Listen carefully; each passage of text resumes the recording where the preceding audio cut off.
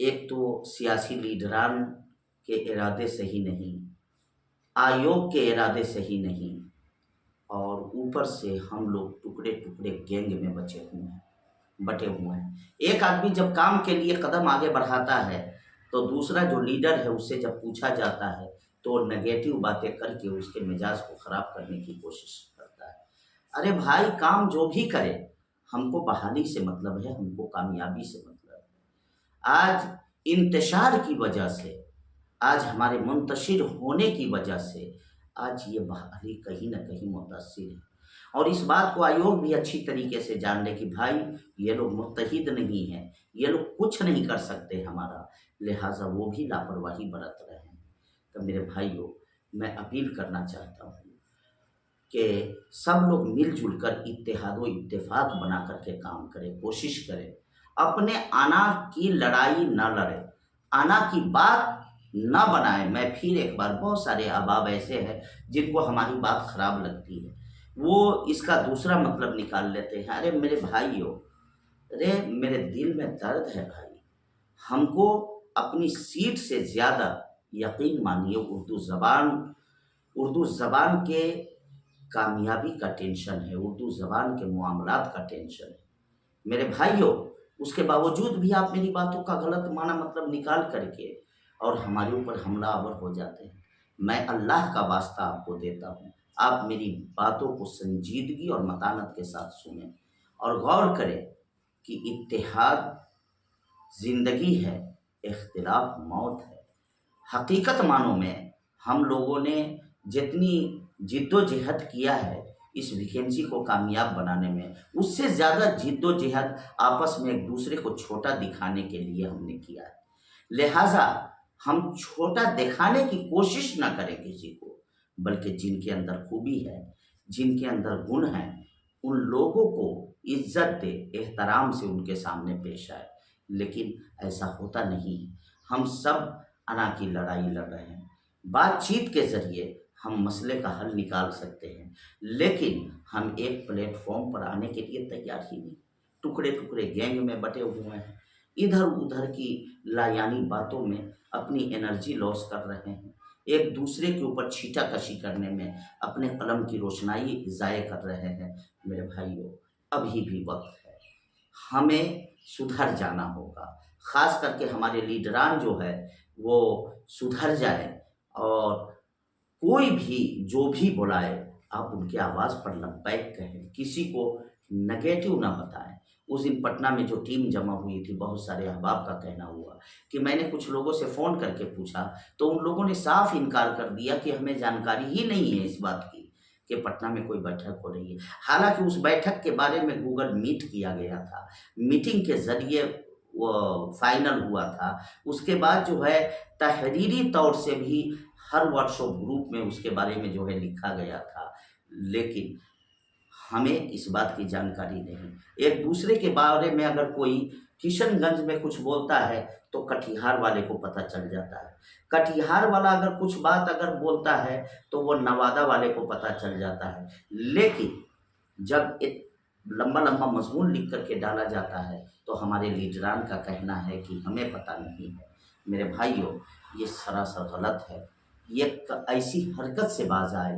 میں کسی خاص آدمی کو، میرا مقصد ٹارگیٹ بنانا نہیں ہے، بلکہ میرا مقصد اصلاح ہے کہ ہم سدھر جائیں۔ جب ہمارے لیڈران سدھر جائیں گے، متحد ہو جائیں گے، الحمدللہ ایک سے ایک کوالٹی والے لوگ ہیں ہمارے پاس، ایسے ایسے لوگ ہیں کہ الحمدللہ جو تحریری میدان میں، تقریری میدان میں، سیاسی میدان میں، سماجی میدان میں، ہر میدان میں آگے ہیں، وہ لیڈر ہے۔ اور ہر آدمی چاہے گا کہ ہم لیڈر بن جائیں، ایسا نہیں ہوتا ہے، بلکہ یہ خداداد صلاحیت ہے جو ماں کے پیٹ سے دنیا میں آنے کے بعد انسان لے کر کے ماں کے پیٹ سے آتا ہے۔ یہ لیڈروں کو ماں جنم دیتی ہے۔ ہم میں سے جن لوگوں کے پاس یہ کوالٹی ہے، ان لوگوں کا احترام کریں، ان لوگوں کی عزت کریں، ان لوگوں کی تکریم کریں۔ اگر متحد ہو گئے، انشاءاللہ العظیم ہم جلد از جلد کامیابی حاصل کریں گے، اور اگر انتشار رہے گا تو خبردار ہم کسی بھی معاملے میں، کسی بھی نہج پہ کامیاب نہیں ہو سکتے۔ لہٰذا آپ لوگوں کی بارگاہ میں یہ اپیل کرتا ہوں کہ اگر میری بات کسی بھائی کسی احباب کے دل کو تکلیف پہنچائی ہو تو میں معذرت کا خواستگار ہوں، ٹھنڈے دماغ سے ہماری باتوں کو سوچے۔ یہ ہماری اس کوشش میں مقابلہ اور مسابقت کا جذبہ کار فرما نہیں ہے، مقصد صرف اصلاح ہے، مقصد صرف سہایک اردو اور انوادک والوں کے بحالی کے لیے راستے ہموار کرنا ہے۔ اگر جو حضرات پہلی مرتبہ اس چینل پر آئے ہیں ان سے اپیل ہے کہ اس چینل کو سبسکرائب کر لیں تاکہ اردو زبان کی خدمت جو اس چینل کے ذریعے ہو رہی ہے وہ ہمیشہ جاری و ساری رہے۔ السلام علیکم ورحمۃ اللہ وبرکاتہ۔ اللہ حافظ۔